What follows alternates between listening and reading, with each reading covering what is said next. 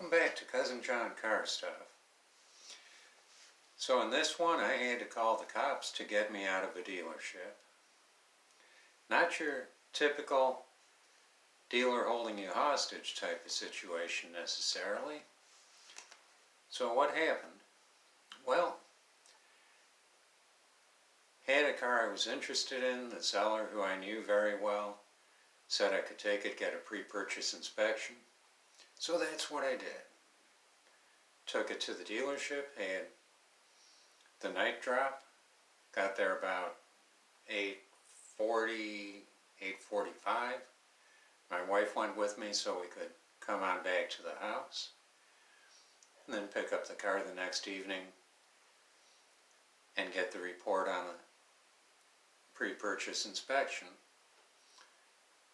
So we get there, get the night drop envelope, make all the notes, had notes of specifically some things to check out. Then I had a few others that I thought of. So I wrote that, got everything squared away. And this is sitting by the service department, which is not readily visible from the showroom, which is important in this story. So I get everything all filled out, and the key in the car parked, and put it in the night drop. We get ready to go, and you can't make this up. The sales staff and everybody had shut down the dealership and left. And we were still on property. And to get out is two metal rods that slide together with a padlock and a chain. And there was no entrance or exit that was available to leave from. And this was somewhat of a problem. Now, we could have waited for the cleaning crew, which maybe would come 11, midnight, 1 in the morning. That wasn't an option. And so we're trying to figure what to do, because the car for the pre-purchase and my wife's car were both on property, locked in. Well, I was thinking, see if they left the keys in any cars and take them for a test drive around the parking lot. Maybe they had a high-performance Mustang they left sitting out with the keys in it. This was, oh heavens, back around 2000, 2001 maybe. And my wife was, John, don't do that. Somebody's going to call the cops. And it clicked at that point. Contact the non-emergency number of the local PD, of which I knew a few of the officers from working off-duty at the local watering hole on Saturday night, and working off-duty at the bowling center. And they'd take turns, so I got to know some of them, and so I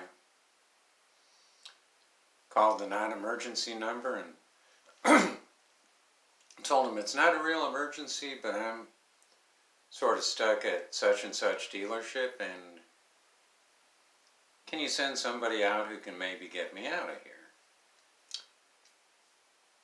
So maybe 10, 15 minutes later, 2 squads pulled up, and absolutely embarrassing. They were officers that knew me from working the off-duty security. And they were, John, get out of there, they're closed. And well, I would, but there's no means to get out. And they're, what are you doing in there? How'd you get in there if they're closed? So I had to run them short version. You see that car over there? That's a pre-purchase inspection. did everything, and I guess they closed early and didn't check the property, and we're stuck. And of course, other cars are driving by the dealership, kind of slowing down and looking like, what's up with that? What's going on here? Well, one of the officers remembered, say, I used to work security at this dealership, even though it's changed hands. It might be the same padlock, and I still have the key. I never did give it back to him. Never did get around to giving it back to him. Let me do some checking.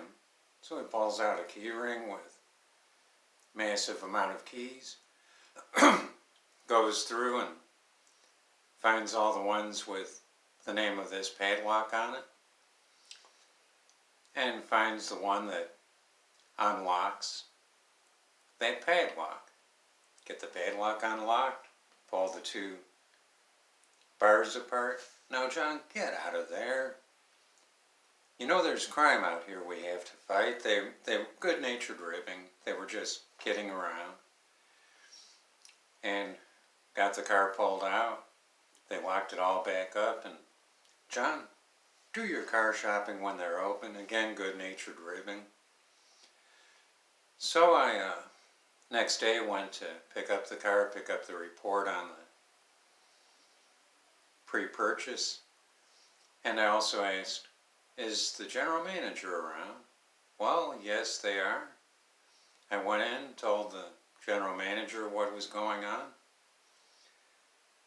And he was just kind of, you gotta be kidding me. And I said, no, check with officer so-and-so, officer so-and-so with the local PD.